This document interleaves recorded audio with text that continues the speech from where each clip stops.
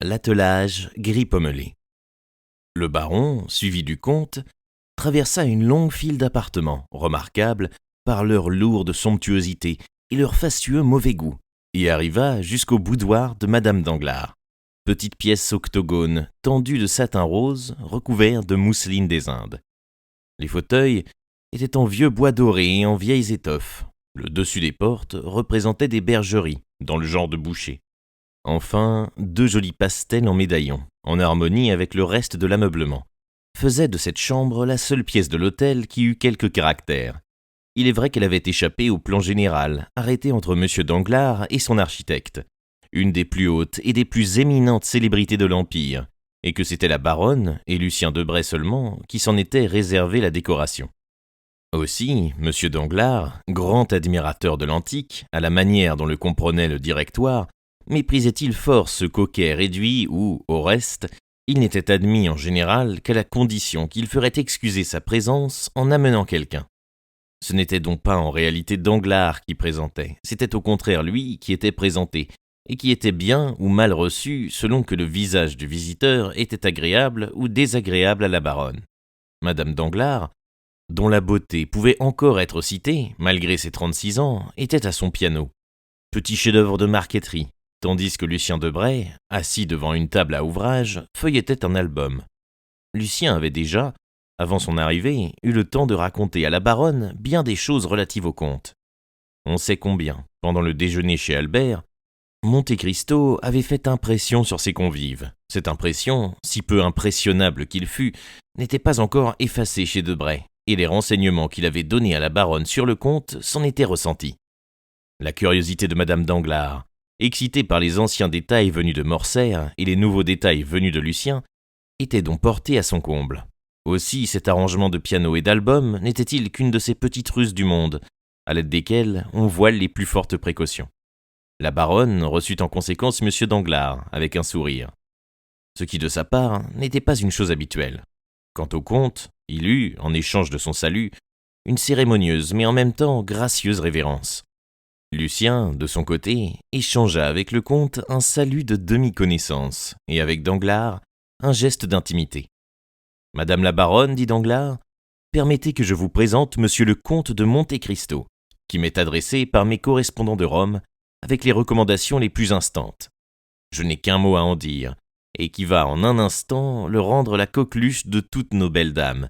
Il vient à Paris avec l'intention d'y rester 1 an, et de dépenser 6 millions pendant cette année.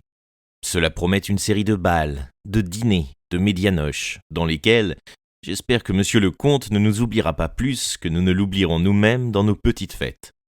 Quoique la présentation fût assez grossièrement louangeuse, c'est, en général, une chose si rare qu'un homme venant à Paris pour dépenser en une année la fortune d'un prince, que Madame Danglars jeta sur le comte un coup d'œil, qui n'était pas dépourvu d'un certain intérêt. « Et vous êtes arrivé, monsieur » demanda la baronne. « Depuis hier matin, madame. Et vous venez, selon votre habitude, à ce qu'on m'a dit, du bout du monde ? De Cadix cette fois, madame, purement et simplement. » « Oh, vous arrivez dans une affreuse saison. Paris est détestable l'été. Il n'y a plus ni bal, ni réunion, ni fête. L'opéra italien est à Londres. L'opéra français est partout, excepté à Paris. Et quant au théâtre français, vous savez qu'il n'est plus nulle part. Il nous reste donc, pour toute distraction, quelques malheureuses courses au Champ de Mars et à Satory. Ferez-vous courir, monsieur le comte ? Moi, madame, dit Monte Cristo, je ferai tout ce qu'on fait à Paris, si j'ai le bonheur de trouver quelqu'un qui me renseigne convenablement sur les habitudes françaises. Vous êtes amateur de chevaux, monsieur le comte ? J'ai passé une partie de ma vie en Orient, madame, et les Orientaux, vous le savez, n'estiment que 2 choses au monde, la noblesse des chevaux et la beauté des femmes.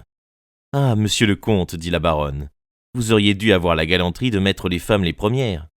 Vous voyez, madame, que j'avais bien raison quand tout à l'heure je souhaitais un précepteur qui pût me guider dans les habitudes françaises. En ce moment, la camériste favorite de madame la baronne Danglars entra, et s'approchant de sa maîtresse, lui glissa quelques mots à l'oreille. Madame Danglars pâlit. « Impossible, dit-elle. »« C'est l'exacte vérité, cependant, madame, répondit la camériste. Madame Danglars se retourna du côté de son mari. « Est-ce vrai, monsieur ?»« Quoi, madame ?» demanda Danglars, visiblement agité. « Ce que me dit cette fille. Et que vous dit-elle » Elle me dit qu'au moment où mon cocher a été pour mettre mes chevaux à ma voiture, il ne les a pas trouvés à l'écurie. Que signifie cela, je vous le demande. Madame, dit Danglars, écoutez-moi. Oh, je vous écoute, monsieur, car je suis curieuse de savoir ce que vous allez me dire. Je ferai ces messieurs juges entre nous, et je vais commencer par leur dire ce qu'il en est. Messieurs, continua la baronne, monsieur le baron Danglars a 10 chevaux à l'écurie. Parmi ces chevaux, il y en a 2 qui sont à moi, des chevaux charmants, les plus beaux chevaux de Paris. Vous les connaissez, monsieur Debray, maigris pommelés. Eh bien, au moment où madame de Villefort m'emprunte ma voiture, où je la lui promets pour aller demain au bois, voilà les 2 chevaux qui ne se retrouvent plus. Monsieur Danglars aura trouvé à gagner dessus quelques milliers de francs et il les aura vendus. Oh, la vilaine race, mon Dieu, que celle des spéculateurs. Madame, répondit Danglars, les chevaux étaient trop vifs, ils avaient 4 ans à peine. Ils me faisaient pour vous des peurs horribles. Eh, monsieur, dit la baronne, vous savez bien que j'ai depuis 1 mois à mon service le meilleur cocher de Paris, à moins toutefois que vous ne l'ayez vendu avec les chevaux. Cher ami, je vous trouverai les pareils, de plus beaux même s'il y en a, mais des chevaux doux, calmes, et qui ne m'inspirent plus pareille terreur. La baronne haussa les épaules, avec un air de profond mépris. Danglars ne parut point s'apercevoir de ce geste plus que conjugal, et se tournant vers Monte Cristo, « En vérité, je regrette de ne pas vous avoir connu plus tôt, monsieur le comte, » dit-il. « Vous montez votre maison ?»« Mais oui, » dit le comte. « Je vous les eusse proposés. Imaginez-vous que je les ai donnés pour rien. Mais, comme je vous l'ai dit, je voulais m'en défaire, ce sont des chevaux de jeune homme. Monsieur, dit le comte, je vous remercie. J'en ai acheté ce matin d'assez bons et pas trop chers. Tenez, voyez, monsieur Debray. Vous êtes amateur, je crois. » Pendant que Debray s'approchait de la fenêtre, Danglars s'approcha de sa femme. « Imaginez-vous, madame, lui dit-il tout bas, qu'on est venu m'offrir un prix exorbitant de ces chevaux. Je ne sais quel est le fou en train de se ruiner qui m'a envoyé ce matin son intendant, mais le fait est que j'ai gagné 16 000 francs dessus. Ne me boudez pas, je vous en donnerai 4 000, et 2 000 à Eugénie. » Madame Danglars laissa tomber sur son mari un regard écrasant. « Oh mon Dieu !» s'écria Debray. « Quoi donc ?» demanda la baronne. « Mais je ne me trompe pas, ce sont vos chevaux. Vos propres chevaux attelés à la voiture du comte. Mais gris pommelés !» s'écria madame Danglars. Et elle s'élança vers la fenêtre. « En effet, ce sont eux, dit-elle. » Danglars était stupéfait. « Est-ce possible ?» dit Monte Cristo en jouant l'étonnement. « C'est incroyable !» murmura le banquier. La baronne dit 2 mots à l'oreille de Debray, qui s'approcha à son tour de Monte Cristo. « La baronne vous fait demander combien son mari vous a vendu son attelage. »« Mais je ne sais pas trop, dit le comte. C'est une surprise que mon intendant m'a faite et qui m'a coûté 30 000 francs, je crois. » Debray alla reporter la réponse à la baronne. Danglars était si pâle et si décontenancé que le comte eut l'air de le prendre en pitié. « Voyez, lui dit-il, combien les femmes sont ingrates. Cette prévenance de votre part n'a pas touché un instant la baronne. Ingrate n'est pas le mot, c'est folle que je devrais dire, mais que voulez-vous? On aime toujours ce qui nuit. Aussi, le plus court, croyez-moi, cher baron, est toujours de les laisser faire à leur tête. Si elles se la brisent, au moins, ma foi, elles ne peuvent s'en prendre qu'à elles. » Danglars ne répondit rien. Il prévoyait dans un prochain avenir une scène désastreuse. Déjà le sourcil de madame la baronne s'était froncé, et comme celui de Jupiter Olympien, présageait un orage. Debray, qui le sentait grossir, prétexta une affaire et partit. Monte Cristo, qui ne voulait pas gâter la position qu'il voulait conquérir en demeurant plus longtemps, salua madame Danglars et se retira, livrant le baron à la colère de sa femme. « Bon, » pensa Monte Cristo en se retirant, « j'en suis arrivé où j'en voulais venir. Voilà que je tiens dans mes mains la paix du ménage et que je vais gagner d'un seul coup le cœur de monsieur et le cœur de madame. Quel bonheur! Mais, ajouta-t-il, dans tout cela, je n'ai point été présenté à mademoiselle Eugénie Danglars, que j'eusse été cependant fort aise de connaître. Mais, reprit-il avec ce sourire qui lui était particulier, nous voici à Paris, et nous avons du temps devant nous. Ce sera pour plus tard. » Sur cette réflexion, le comte monta en voiture et rentra chez lui. 2 heures après, madame Danglars reçut une lettre charmante du comte de Monte Cristo, dans laquelle il lui déclarait que, ne voulant pas commencer ses débuts dans le monde parisien en désespérant une jolie femme, il la suppliait de reprendre ses chevaux. Ils avaient le même harnais qu'elle leur avait vu le matin. Seulement, au centre de chaque rosette qu'il portait sur l'oreille, le comte avait fait coudre un diamant. Danglars aussi eut sa lettre. Le comte lui demandait la permission de passer à la baronne ce caprice de millionnaire, le priant d'excuser les façons orientales dont le renvoi des chevaux était accompagné.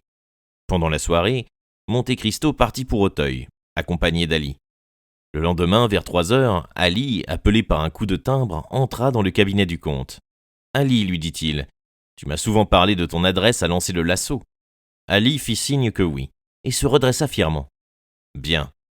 Ainsi, avec le lasso, tu arrêterais un bœuf. » Ali fit signe de la tête que oui. « Un tigre. » Ali fit le même signe. « Un lion ?»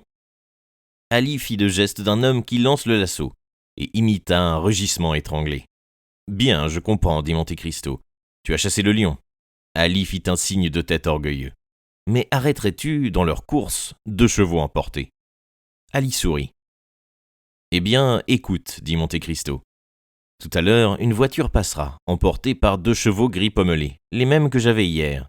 Duses-tu te faire écraser, il faut que tu arrêtes cette voiture devant ma porte. » Ali descendit dans la rue et traça devant la porte une ligne sur le pavé. Puis il rentra et montra la ligne au comte qu'il avait suivi des yeux. Le comte lui frappa doucement sur l'épaule. C'était sa manière de remercier Ali. Puis le Nubien alla fumer sa chibouque sur la borne qui formait l'angle de la maison et de la rue, tandis que Monte Cristo rentrait sans plus s'occuper de rien.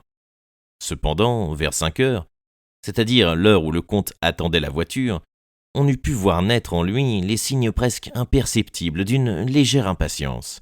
Il se promenait dans une chambre donnant sur la rue, prêtant l'oreille par intervalles, et de temps en temps se rapprochant de la fenêtre, par laquelle il apercevait Ali poussant des bouffées de tabac, avec une régularité indiquant que le Nubien était tout entier à cette importante occupation.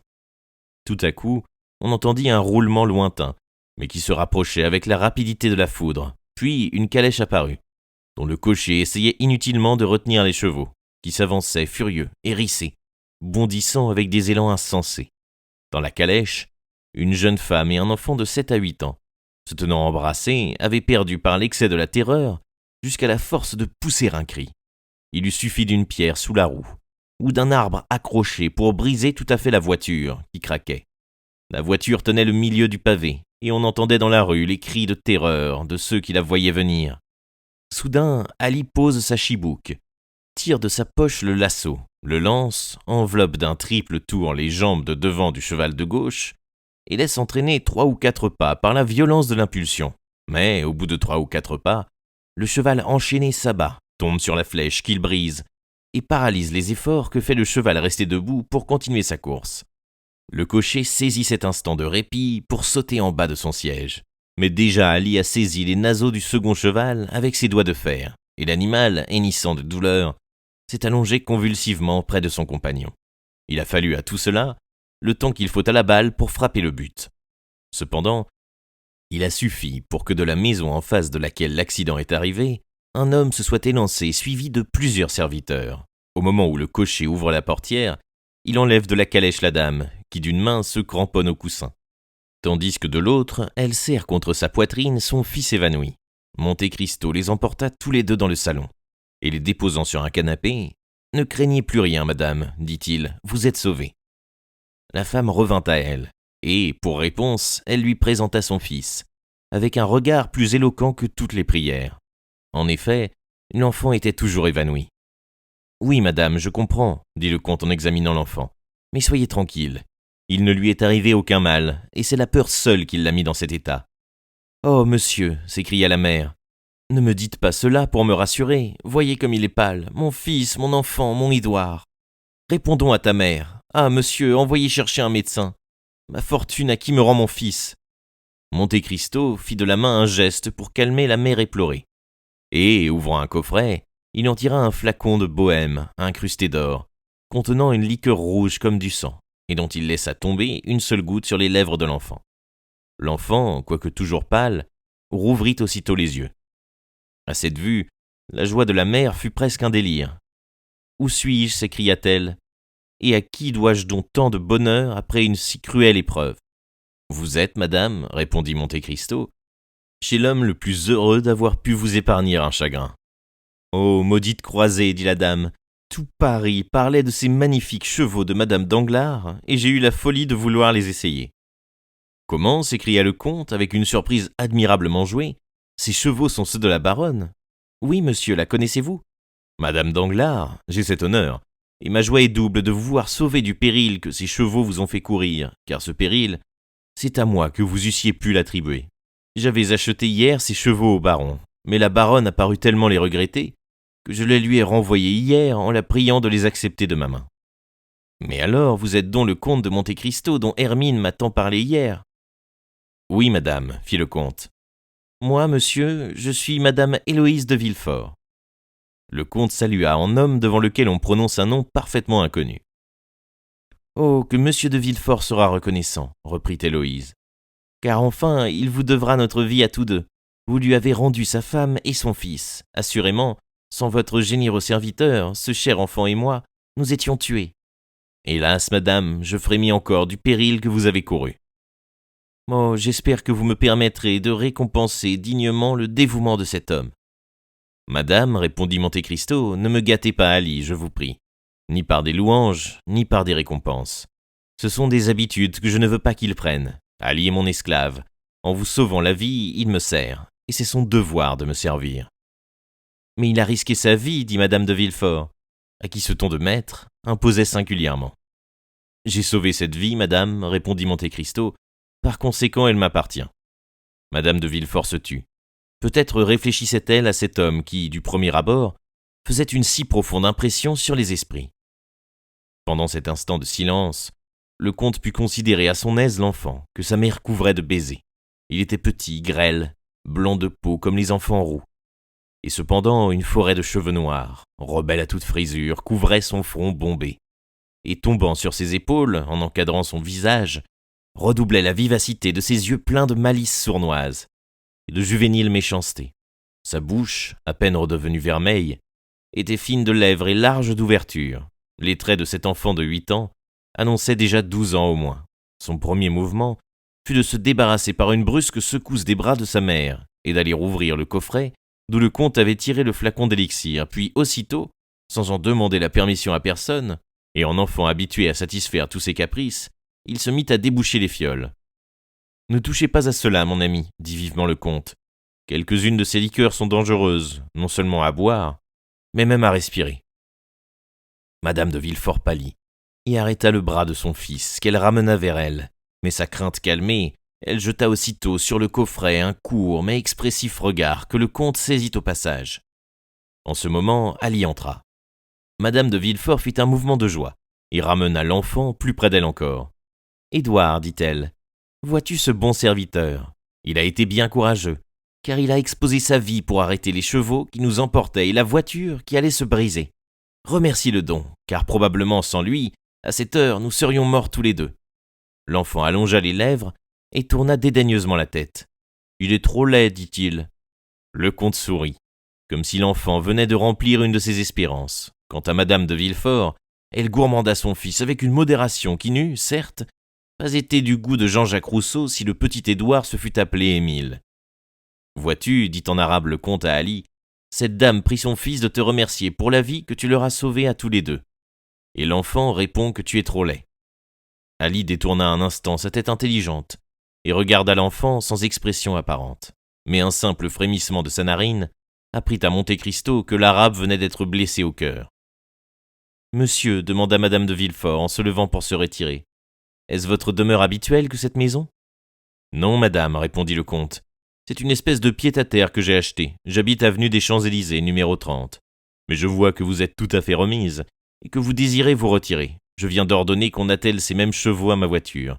Et Ali, ce garçon si laid, dit-il en souriant à l'enfant, va avoir l'honneur de vous reconduire chez vous, tandis que votre cocher restera ici, pour faire raccommoder la calèche. Aussitôt cette besogne indispensable terminée, un de mes attelages la reconduira directement chez madame Danglars. « Mais, dit madame Villefort, avec ces mêmes chevaux, je n'oserais jamais m'en aller. »« Oh, vous allez voir, madame, dit Monte Cristo. Sous la main d'Ali, ils vont devenir doux comme des agneaux. » En effet, Ali s'était approché des chevaux qu'on avait remis sur leurs jambes avec beaucoup de peine. Il tenait à la main une petite éponge imbibée de vinaigre aromatique. Il en frotta les naseaux et les tempes des chevaux, couverts de sueur et d'écume, et presque aussitôt ils se mirent à souffler bruyamment et à frissonner de tout leur corps pendant quelques secondes. Puis, au milieu d'une foule nombreuse, que les débris de la voiture et le bruit de l'événement avaient attiré devant la maison, Ali fit atteler les chevaux au coupé du comte, rassembla les rênes, monta sur le siège et, au grand étonnement des assistants qui avaient vu ses chevaux emportés comme par un tourbillon, il fut obligé d'user vigoureusement du fouet pour les faire partir, et encore ne put-il obtenir des fameux gris pommelés, maintenant stupides, pétrifiés, morts, qu'un trot si mal assuré et si languissant qu'il fallut près de 2 heures à madame de Villefort pour regagner le faubourg Saint-Honoré, où elle demeurait. À peine arrivée chez elle, les premières émotions de famille apaisées, elle écrivit le billet suivant à madame Danglars. « Chère Hermine, je viens d'être miraculeusement sauvée avec mon fils par ce même comte de Monte Cristo dont nous avons tant parlé hier soir, et que j'étais loin de me douter que je verrais aujourd'hui. Hier, vous m'avez parlé de lui avec un enthousiasme que je n'ai pu m'empêcher de railler de toute la force de mon pauvre esprit. Mais aujourd'hui, je trouve cet enthousiasme bien au-dessous de l'homme qui l'inspirait. Vos chevaux s'étaient emportés au Ranelagh, comme s'ils eussent été pris de frénésie, et nous allions probablement être mis en morceaux, mon pauvre Édouard et moi, contre le premier arbre de la route ou la première borne du village, quand un Arabe, un Nubien, un homme noir enfin, au service du comte, a, sur un signe de lui, je crois, arrêté l'élan des chevaux, au risque d'être brisé lui-même, et c'est vraiment un miracle qu'il ne l'ait pas été. Alors le comte est accouru, nous a emportés chez lui, Édouard et moi, et là a rappelé mon fils à la vie. C'est dans sa propre voiture que j'ai été ramené à l'hôtel. La vôtre vous sera renvoyée demain. Vous trouverez vos chevaux bien affaiblis depuis cet accident. Ils sont comme hébétés. On dirait qu'ils ne peuvent se pardonner à eux-mêmes de s'être laissés dompter par un homme. Le comte m'a chargé de vous dire que 2 jours de repos sur la litière et de l'orge pour toute nourriture les remettront dans un état aussi florissant, ce qui veut dire aussi effrayant qu'hier. Adieu, je ne vous remercie pas de ma promenade, et quand je réfléchis, c'est pourtant de l'ingratitude que de vous garder rancune pour les caprices de votre attelage. Car c'est à l'un de ces caprices que je dois d'avoir vu le comte de Monte Cristo. Et l'illustre étranger me paraît, à part les millions dont il dispose, un problème si curieux et si intéressant que je compte l'étudier à tout prix. Dussé-je recommencer une promenade au bois avec vos propres chevaux. Édouard a supporté l'accident avec un courage miraculeux. Il s'est évanoui, mais il n'a pas poussé un cri auparavant et n'a pas versé une larme après. Vous me direz encore que mon amour maternel m'aveugle, mais il y a une âme de fer dans ce pauvre petit corps si frêle et si délicat. Notre chère Valentine dit bien des choses à votre chère Eugénie. Moi, je vous embrasse de tout cœur. Héloïse de Villefort. PS, faites-moi donc trouver chez vous d'une façon quelconque avec ce comte de Monte Cristo. Je veux absolument le revoir. Au reste, je viens d'obtenir de monsieur de Villefort qu'il lui fasse une visite. J'espère bien qu'il la lui rendra. Le soir, l'événement d'Auteuil faisait le sujet de toutes les conversations. Albert le racontait à sa mère, Château Renaud au Jockey-Club, Debray dans le salon du ministre. Beauchamp lui-même fit au comte la galanterie, dans son journal, d'un fait divers de 20 lignes, qui posa le noble étranger en héros auprès de toutes les femmes de l'aristocratie. Beaucoup de gens allèrent se faire inscrire chez madame de Villefort, afin d'avoir le droit de renouveler leur visite en temps utile, et d'entendre alors de sa bouche tous les détails de cette pittoresque aventure.